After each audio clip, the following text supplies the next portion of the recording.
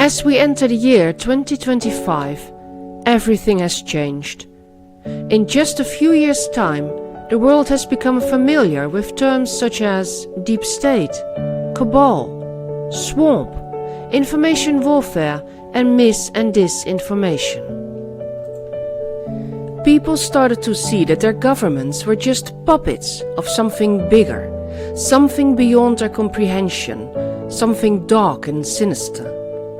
People started to doubt the good intentions of their governments as they saw how worldwide agendas, such as Agenda 21 and Agenda 2030, were rolled out, annihilating the farmers of the world, replacing real food with fake food. They saw how all kinds of technologies were forced upon them, annihilating any sense of privacy. Money was taken away, replaced with digital currency and digital IDs.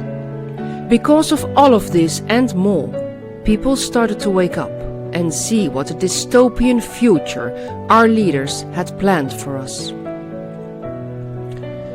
The documentary series The Fall of the Cabal and the sequel to The Fall of the Cabal were made by Janet Ossebaard and me. We made them out of concern for humanity and to expose to the world where the Cabal is leading us. Millions and millions of people worldwide watched the series. In the end, it's these people who made the world ready to truly wake up, to claim its sovereignty and choose another path to the future. But that path is yet to be taken. Right now, we are in a transition period, a period in between timelines. We still need to understand the real core, the roots of the Cabal. Because only when we really go to the bottom of the rabbit hole will we understand the full picture. And with that knowledge, we can leave the old structures behind. We can then focus on a new world, a new system, more evolved, truly equal and transparent, with respect for individual rights and privacies. Welcome to the conclusion to the fall of the Cabal, where we will discover the true nature of the Cabal, how it is embedded in every aspect of society, and thus the immensity of the work that has to be done in the coming years to really drain the swamp. Let's start with unraveling the identity of the Cabal. We will look at it systematically, step by step, in a simple and comprehensive way. As you know, a pyramid has 3 sides, 3 points. The pyramid of the Cabal is no different. With the all-seeing eye in the middle, the Cabal dominates or rules us with 3 nails of power: finance, military, and religion. And believe it or not, these nails are located in the world's most powerful places as independent entities: the City of London, Washington, D.C., and Vatican City. All 3 are completely independent from their respective countries, untouchable, unimaginably powerful. They all have an obelisk in the center of their state, given to them by the Freemasonry. Let's start with the City of London, shall we? Established a few years after the Roman invasion in 50 AD on the north bank of the River Thames, it's obviously a continuation of the Roman Empire. From its early years, it has had its own mayor and governing body, called the City of London Corporation. The city covers an area of 1.1 square miles, and it is at the heart of Greater London. The corporation that rules the city is unique in its kind. It's apolitical. It has its own police force and its own courts: the Central Criminal Court, also known as the Old Bailey, and the Mayor's and City of London Court. It also has some special privileges and exemptions, such as being exempt from the Freedom of Information Act for its activities other than being a local authority, like its role in financial markets. The City of London is not an independent nation like the Vatican, so ultimately it will be accountable to the UK Parliament. But because of its special and historical status, the corporation's primary obligation is to its own electorate and members. The city runs the global financial market and London's wholesale food markets. The members of the corporation are mostly Freemasons, still called by their original names, Freemen and Liverymen. The City of London houses the privately owned Rothschild Bank of England, Lloyd's of London, the London Stock Exchange, London's foreign exchange market with a $2.9 trillion daily turnover, which is almost half of the global daily turnover, over 500 bank offices, all British banks, the insurance industry and the biggest law firms, the main fresh food markets of London, more than 300 publishing houses, and the headquarters for worldwide Freemasonry. The City of London has its own separate flag and crest, while London City does not. The Mayor of the City of London has a fancy title, the Right Honourable the Lord Mayor of London, and rides a golden carriage to Guildhall, while the separate Mayor of London, an office created only in the year 2000, wears a suit and takes a bus. Investigative financial journalist Nicholas Shaxson says, through international stock market listings, currency trading, bond issuance and more, the city handles perfectly respectable financial activity from around the world. But it is also the main nerve center of the darker global offshore system that hides and guards the world's stolen wealth. The tax revenue lost is eye-watering. Corporations use tax havens to escape paying an estimated $245 billion to $600 billion a year. But tax is only part of the story. The global game of deceit played for decades by the wealthy and their functionaries in the city has eroded the rule of law. Unaccountable and often untraceable, the system ensures that prosperity remains the preserve of the few. Let's have a closer look at how some supranational banks rule us. Have you ever heard of the Bank for International Settlements? Well, you should. The Bank for International Settlements was founded in 1930 in Basel, Switzerland, to assist Germany with the payment of reparations after World War I. As part of the Treaty of Versailles in 1919, the defeated countries of World War I were obliged to pay 132 billion gold marks as punishing reparations to the Allied powers. As soon as Hitler came to power, he cancelled the payments completely, which should have led to the dismantling of the BIS. But instead it received a new status, to become the central bank for the national central banks.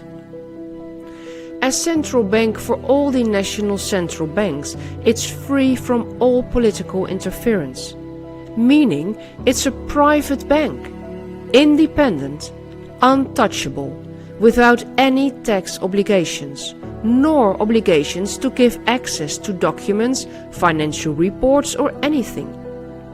It remains completely free of oversight. The BIS and all its employees are untouchable, unaccountable, above any law. Its decrees are binding for national central banks, like decrees forbidding to lend low-cost money to governments.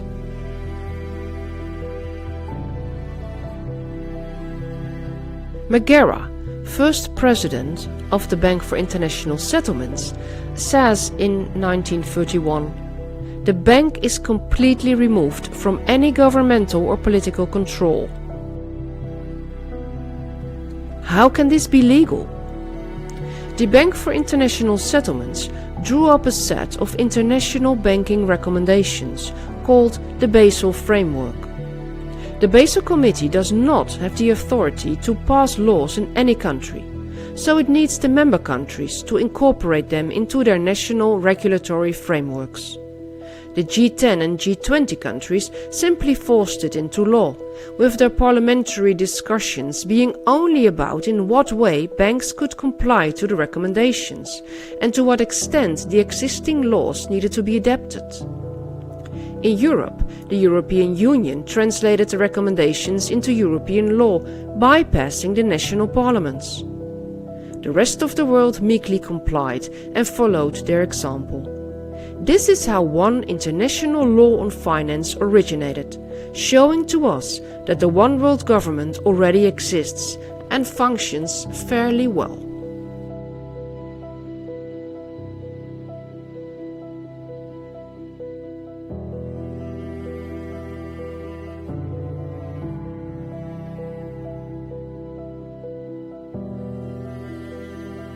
Another world war, and we have the birth of two other international banks. It must be a coincidence, but in the end days of World War II, in July 1944, the United Nations Monetary and Financial Conference was held in Bretton Woods, UK, to agree upon a series of new rules for the post-World War II international monetary system. When a year later the United Nations was founded, the International Monetary Fund and the World Bank were placed under its directive as its major financial agencies. The IMF's and World Bank's goal is mainly to be the global lender of last resort to national governments, which gives them unprecedented power over countries in need. The IMF supervises the monetary policies of all countries. It has the right to interfere and give directives to a country. Once a country accepts the IMF's assistance, it is obliged to fulfill the IMF's structural adjustment programs, which, to say it bluntly, tend to erode the national economy. The list of scandals and incidents is endless.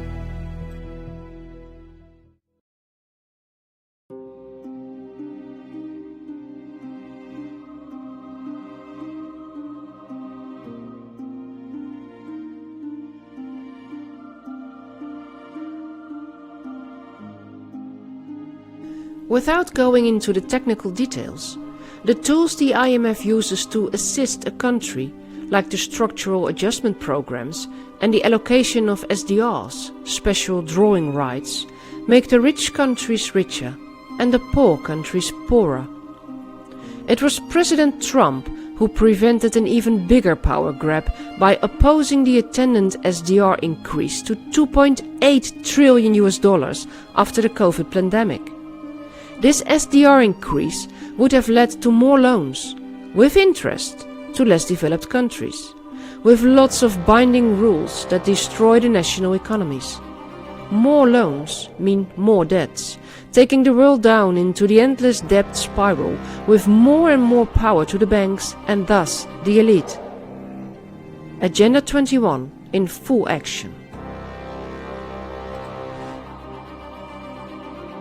Former Tanzanian President Julius Nyerere, who claimed that debt-ridden African states were ceding sovereignty to the IMF and the World Bank, famously asked, "Who elected the IMF to be the Ministry of Finance for every country in the world?" Good question. Who did?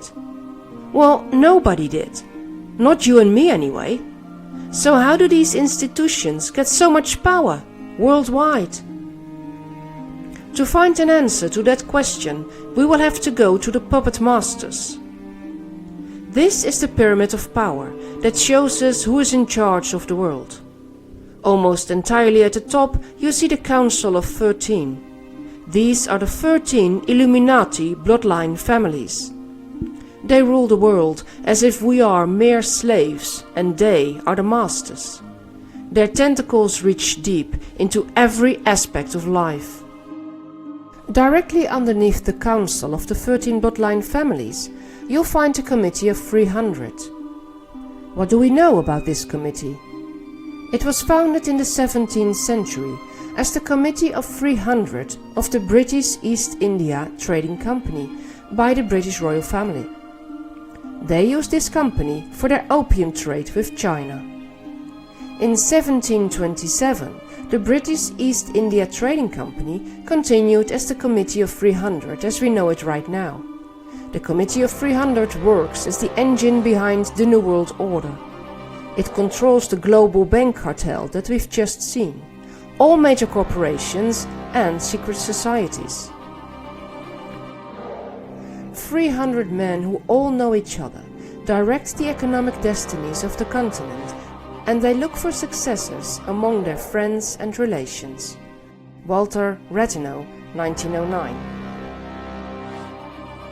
The Committee of 300 is the leading organization behind the Club of Rome, the United Nations, NATO, the Trilateral Commission, the Council on Foreign Relations, Tavistock Institute, the Bilderberg Group, and so forth and so on.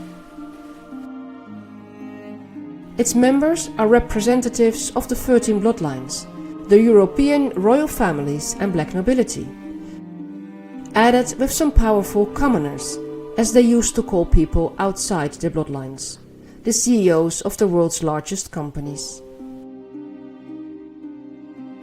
The head of the committee has always been the King or Queen of England.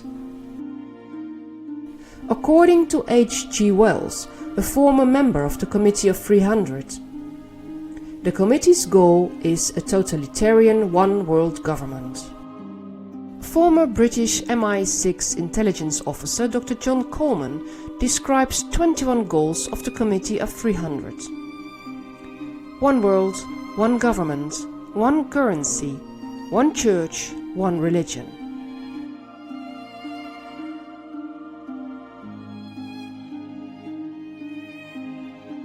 Further on, Dr. Coleman wrote, "At least 4 billion useless eaters shall be eliminated by the year 2050 by means of limited wars, organized epidemics of fatal rapid-acting diseases, and starvation. Energy, food and water shall be kept at subsistence levels for the non-elite, starting with the white populations of Western Europe and North America, and then spreading to other races.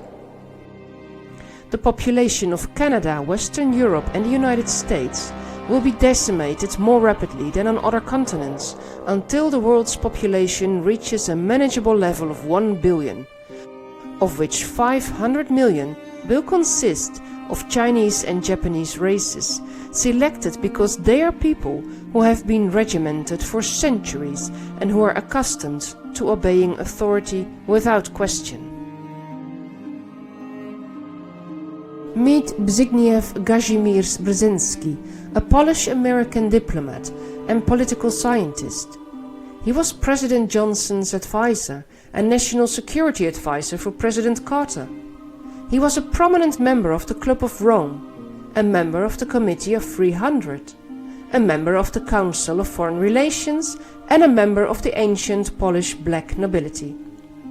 Brzezinski stated, "Unhindered by the restraints of traditional liberal values, the elite would not hesitate to achieve its political ends by using the latest modern techniques for influencing public behavior and keeping society under close surveillance and control." Brzezinski continues, "It will soon be possible to assert almost continuous control over every citizen and to maintain up-to-date files containing even the most personal details about health and personal behavior of every citizen, in addition to the more customary data. These files will be subject to instantaneous retrieval by the authorities. Power will gravitate into the hands of those who control information.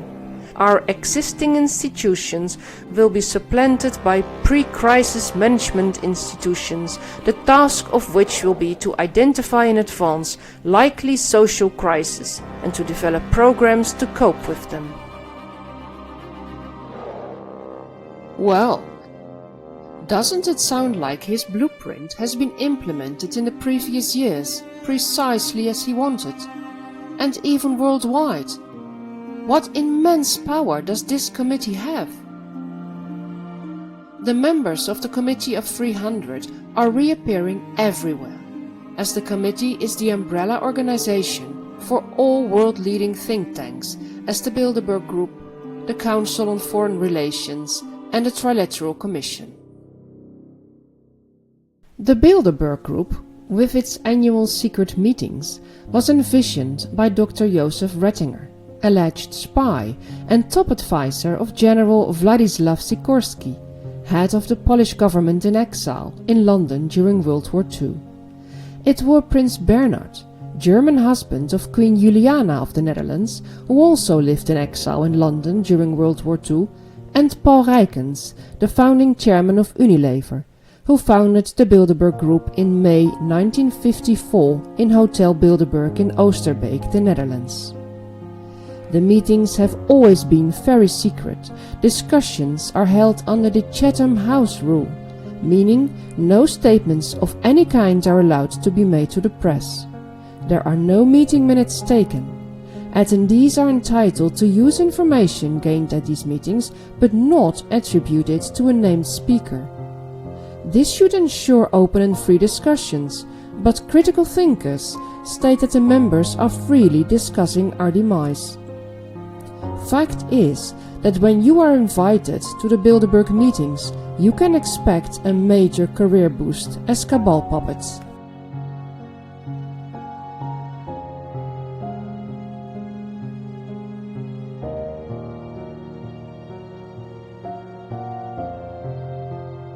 The Council on Foreign Relations is a spin-off from the Institute of International Affairs, an Anglo-American intelligence organization formed after the World War I peace treaty in Versailles in 1919. Later on, the British branch split off into the Royal Institute of International Affairs, also known as the Chatham House, and the American branch became the Council on Foreign Relations. The goal of the Council is to inform the government about international political affairs, a fancy term for spying. Its members include senior politicians, secretaries of state, CIA directors, bankers, lawyers, professors, corporate directors, CEOs and prominent media figures. The Council is heavily financially supported by the Ford Foundation and Rockefeller Foundation, with David Rockefeller even becoming director of the CFR in 1949. The Council's main reports are about threats of wars and peace. The Council on Foreign Relations is an NGO, a non-governmental organization. The Trilateral Commission was founded in 1973 by David Rockefeller and Henry Kissinger. It entails the cooperation between North America, Europe and Asia Pacific. The Trilateral Commission, also an NGO, represents influential commercial and political interests, a high-rank lobby group so to speak. The members and former members include leading figures in politics, intelligence, business, media and academia. This is the deep state, ruling the world, free from any democratic interference. A report from the Trilateral Commission in 1975 stated, "The vulnerability of democratic government in the US comes not primarily from external threats, though such threats are real. Not from internal subversion from the left or right, although both possibilities could exist, but rather from internal dynamics of democracy itself in a highly educated, mobilized and participant society." Noam Chomsky says about the Trilateral Commission, "They felt free to let their hair down and to talk openly about the need for an increasingly active and defiant public to be reduced back to its proper state of apathy and obedience, lest it continue to use democratic means to deprive them of their power." In his 1980 book, With No Apologies, Republican Senator Barry Goldwater suggested that the discussion group was a skillful, coordinated effort to seize control and consolidate the four centers of power: political, monetary, intellectual and spiritual, in the creation of a worldwide economic power superior to the political governments of the nation-states involved. The fact that these committees, commissions, groups, think tanks and more are membered by the elites of this world tell us a lot about their goals. This is the deep state, the unseen one-world government. They are unelected, free from any electoral or democratic process and untouchable within their NGOs. They are ministers and presidents of countries, CEOs of banks, media and NGOs. They are lawyers, professors and intelligence officers. Their decrees and treaties, brought into the world by organizations as the UN, WHO and NATO, overrule constitutions no matter what. We've seen it happen over and over again in the last couple of years. Is there more to know about the identity of the Cabal? What about Washington, D.C. and the Vatican? How do they contribute to the one world government? Let's investigate it further in part 2 of this conclusion to the fall of the Cabal.